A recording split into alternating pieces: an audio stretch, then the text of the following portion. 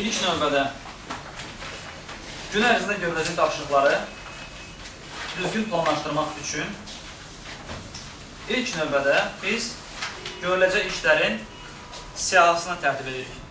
Buna müxtəlif adlarla deyirlər. Checklist,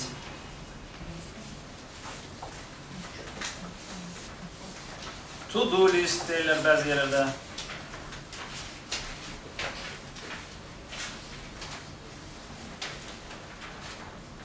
Sadə deyək, görüləcək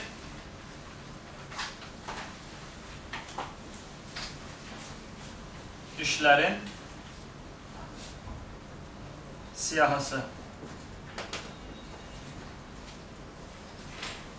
Elə. Bu siyahı sizə verilibdir tapşırıqda. Bu görüləcək işlərin siyahısını yazandan sonra ikinci addımı başlamalıyıq. Nə etməliyik? Siyahlarını indi bunları bölməliyik. Nəyə? Vacibli və Birinci növbədə vaciblik dərəcəsini qurmalıyıq. Vaciblik dərəcəsini necə quracaq? 4 yerə. Vacib dərəcəsi üçün xüsusi bir ad var. Kateqoriyalar. İş kateqoriyaları. Baxın, bu işlərin siyahısını keçirdirik kateqoriyalara. Mən zəhmət olmasa pəncərəm açıq idi, biz bayaq girəndə baxmalıyıq. Kateqoriyalara bölürük işi. Yəni, yaradıq kateqoriyalar. Baxırıq ki, neçə kateqoriyamız var. İşlərin siyahısını diqqətlə oxuyandan sonra baxırıq ki, hansı işlər hansılarla birləşib bir kateqoriyada iştirak edə bilər.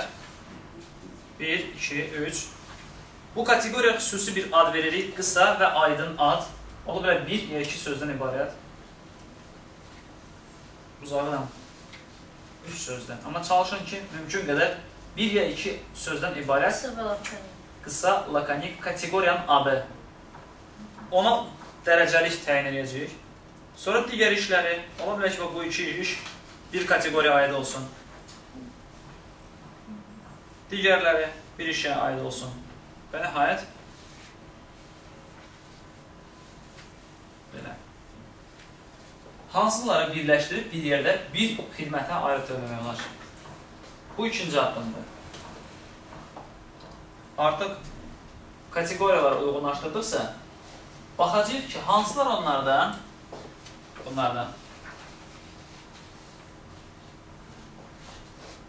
vacib, təcili bu cədvəlin içinə yerləşdirməliyik. Niyə? İndi təcilliyinə görə. Elələri olacaq ki, orada vacib təcil dərəcəsində yerləşdirsək belə, vacib və təcili yerinə görə yerləşdirsək belə, onlar kairoslardır. Yəni, çevik plandır. Onun yerini dəyişmək çox asandır. Amma bəziləri olacaq ki, tapşırıqlardan xronosdur. Yəni, sərt planlaşmadır. Üstəlik, orada planlarınıza diqqət edirsiniz, orada belə bir tapşırıqlar verirdi. Siz qərar vermək məcburiyyətində qalacaqsınız ki, üzr istəyirəm, ofisdə 15:00-da və 16-da müştərilərlə 2 görüş keçirmək. Yəni, bunu dəyişmək olmaz. 2 dənə görüşdür. 1:15-də, 1:16-da. Özdə görüş keçirmək. 10 müştəriyə zəng etmək. Tapşıraq qiyməsi. Əla, rəhbər kimi düşünürsünüz. Onu artıq tapşırmaq olar. Və yaxud digər vasitələr də var. Mən hələ onları toxunmamışam. Tək tapşırmaqla bitmir. Yəni, elə məqamlar var ki, iş proseslərinin optimallaşdırılmasıdır. Bu tapşırıqdan sonra onlar bir də toxunacaq mövzuya.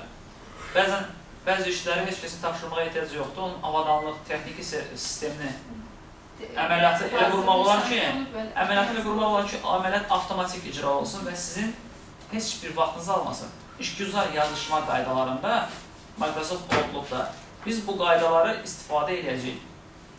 2-3 əsas qaydası var ki, işgüzar yazışmada bizə məktub yazışmağımızda vaxtımızı qənaət eləməyə kömək eləsin. Və nəhayət, misal üçün, burada bir dənəsi də var. Ofisdə 12:00-dan 13:00-a dək təqdimat keçirmək. Bu da vacib. İndi baxın. Bunları planlaşdırmaq üçün bizə verilir bir şəhər xəritəsi. deyirlər. Burada məsafəni zamanla ölçüblər. Siz evdə yaşayırsınız, ofisdə çalışırsınız, evdən ofisin arasında 30 dəqiqəlik məsafədir. Şərti şəraitdir bu. Eyni zamanda restoranda toy olacaq, poçt var, mənzil istismar idarəsi, yəni JEC, bank var. Bu şəhərin içində sizin marşrutlar, mövcud ola bilən marşrutları seçə bilərsiniz. Amma yalnız bu vaxtları nəzərə alaraq.